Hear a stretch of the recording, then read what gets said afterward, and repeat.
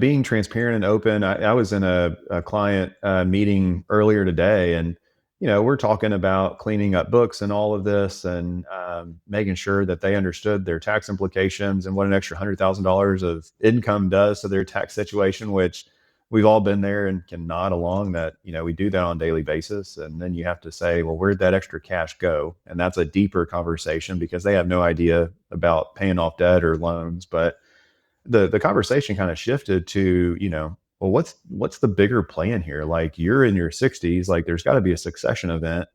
And sure, like, we start that conversation and we're going to lose a client at the end of the day because they may sell their business and we don't have as many services we can provide for them if they're just an individual.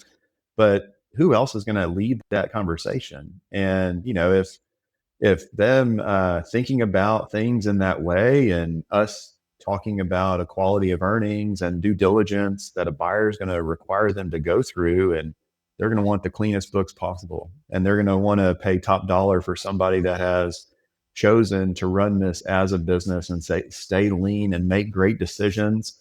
All of a sudden they have a new goal, right? And they can keep that top of mind. And you have to be mindful and more long term vision than short term in that aspect, that you're helping them get to a place where they're really called to go, and they're going to monetize, and you may be left with one less client. But at the end of the day, that's what it's about, versus just seeing them through and kind of hiding that conversation and hoping the succession conversation never comes up, because we're all going to have a succession event. We're all going to die. I think it's the quicker that we can address that and help people get to the ultimate, the optimal goal, the better.